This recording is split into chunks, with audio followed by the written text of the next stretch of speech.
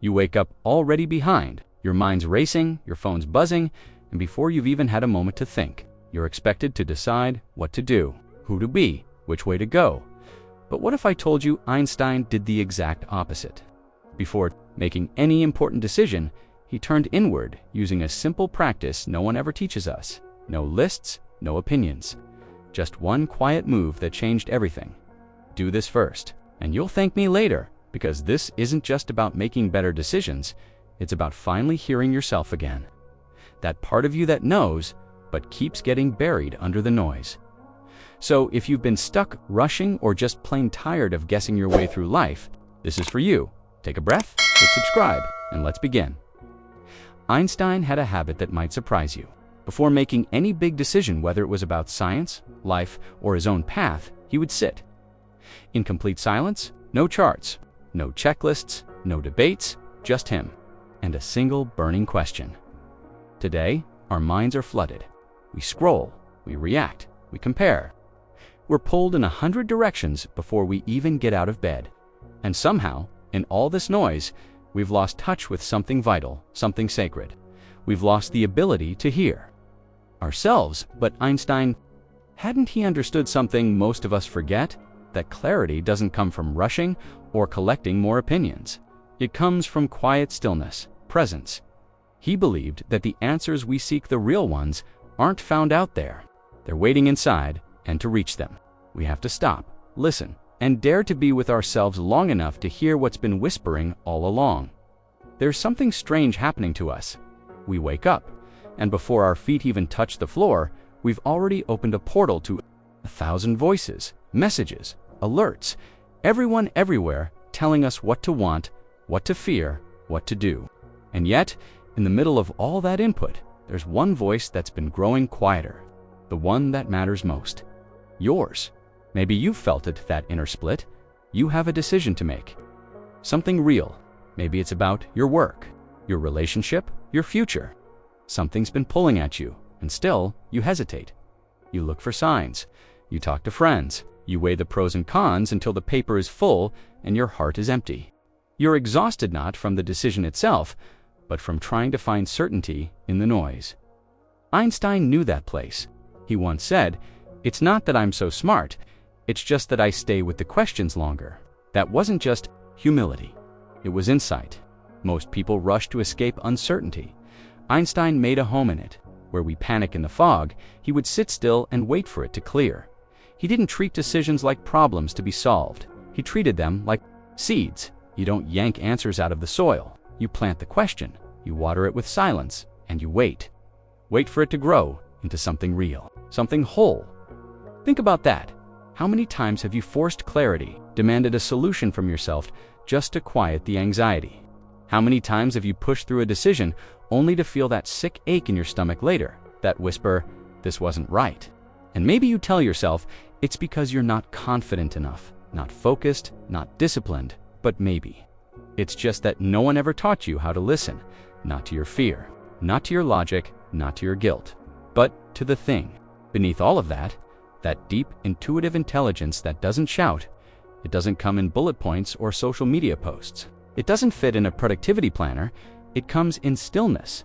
It comes when you stop chasing certainty like a hunted animal and start waiting for truth like a friend. We live in a world addicted to instant answers, but Einstein lived in a space beyond time. He understood something we've nearly forgotten, that the greatest insights don't arrive when you're thinking harder.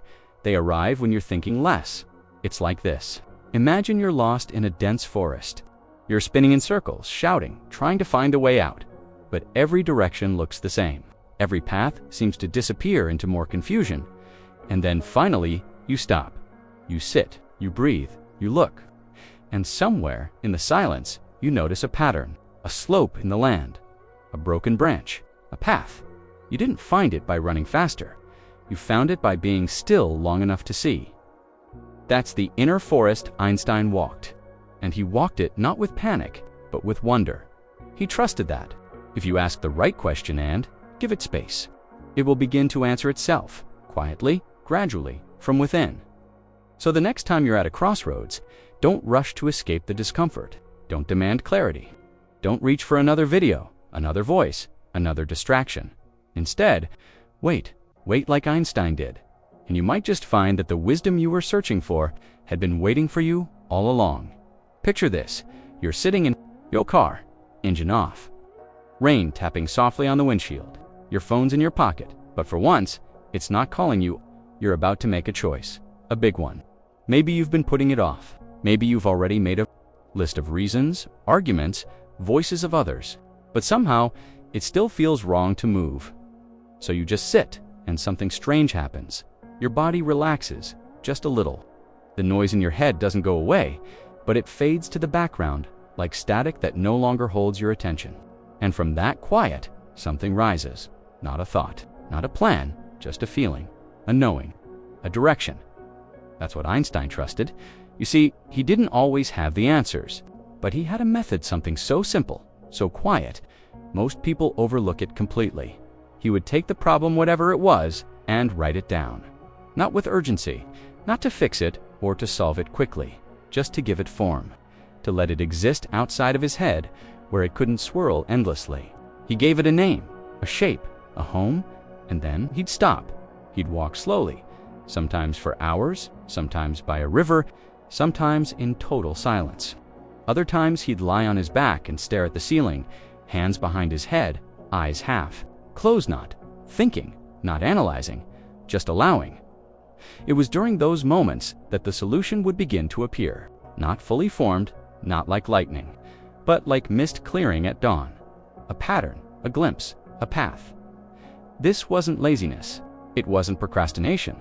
It was surrender to a deeper intelligence, one that couldn't be reached by force. He once said, "The intuitive mind is a sacred gift, and the rational mind is a faithful servant." We have created a society that honors the servant and has forgotten the gift. And you can feel it, can't you? That imbalance in your own life, that constant need to figure it out, to do what's expected, to justify every decision with a logical list you can show to others, or maybe just to the critical voice inside your own head. But sometimes the truth doesn't come in logic. It comes in images, in fragments, in feelings that rise from a deeper place. That's what Einstein was listening for. That's what he trusted more than the opinions of others, more than the pressure to be right. He trusted that within him, within all of us, there is a compass. Subtle, silent, but precise. You don't have to be a physicist to feel that. You've had moments, haven't you? Moments when your head said one thing, but your body said another. When your plan looked perfect on paper, but something inside whispered, "Don't go." Or maybe the opposite, everyone told you not to do it, but you just knew you had to try. That's not irrational. That's deeper rationality.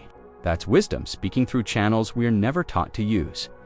The world doesn't teach us to pause. It teaches us to push, to calculate, to execute. But no one teaches you how to listen. No one tells you that the greatest minds, Einsteins, the Da Vincis, the mystics and scientists alike, all had this in common.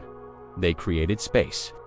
Space between the question and the answer, between stimulus and response, between fear and action. And in that space, the real answers came. Imagine this in your own life. You wake up one morning, and instead of checking your notifications, you check in with yourself. You sit with the question that's been haunting you, not to solve it right away, but to give it room to breathe. You walk outside. The sky is overcast. The air is cool. You don't bring your phone. You don't bring your to-do list. Just the question and your breath. And then maybe in the middle of the walk, maybe after, there's a shift, a soft internal click. You don't have a plan yet, but you're no longer lost. You've found a thread, and that's enough, because you know how to follow it. That's what Einstein practiced. He didn't rush into answers. He waited for the moment when the question itself began to unfold, when the next step revealed itself, not from fear, but from resonance and what if. That's available to you, too. What if the wisest part of you is already trying to speak, and all it needs is a little space? What if the answer you're chasing has been circling you like a bird, just waiting for you to be still enough for it to land? This isn't philosophy. This is practical. This is ancient. And this is now. Because in a world that's spinning faster and faster, wins a different kind of life. Not a life of easy answers, but a life of true ones. So what do you do with all this? It's one thing to understand the idea. to feel the truth in your bones when you hear Einstein's words. But transformation doesn't come from understanding alone. It comes from experience, from practice, from giving your body and your mind a new way of being, one small, sacred moment at a time. And that's where we begin. This week, I want to invite you into something quiet, something simple. But don't let that simplicity fool you. What I'm about to share with you has the power to shift the way you make decisions. Forever, it begins with a single sentence. A question. Really, what decision am I avoiding? Take a breath, let that land. Ask it gently, not as a demand, not as a challenge, but like you're speaking to a child who's been hiding under the bed. Invite the answer. Don't force it. Just ask then. Take out a piece of paper, not your phone, not a note app, something real, something grounded. And write that question at the top. What decision am I avoiding? Then wait, and whatever comes, write it down. Even if it feels small, even if it's vague, even if your hand hesitates. Just write it. Maybe it's about a job. Maybe it's about ending something. Maybe it's about beginning something you've been afraid to start. No judgment, no filter. This is not a performance. This is a meeting between you and you. Once the decision is there in ink, put the paper down. Don't try to solve it. Don't analyze it. Don't spiral into plans. Instead, close your eyes. Set a timer for 10 minutes. Just 10. You can spare that. And in those 10 minutes, breathe. Not to calm yourself, not to meditate perfectly, just to let your mind do what it's been begging for. Nothing. Let thoughts come and go. Let your body soften. Let the question sit in the room like incense. You're not answering it. You're letting it steep. Like tea in warm water, and maybe, just maybe, something will begin to stir. A feeling, an image, a memory, a knowing. You don't need to catch it, just notice it. Let it come and go. For 7 days, same question, same stillness.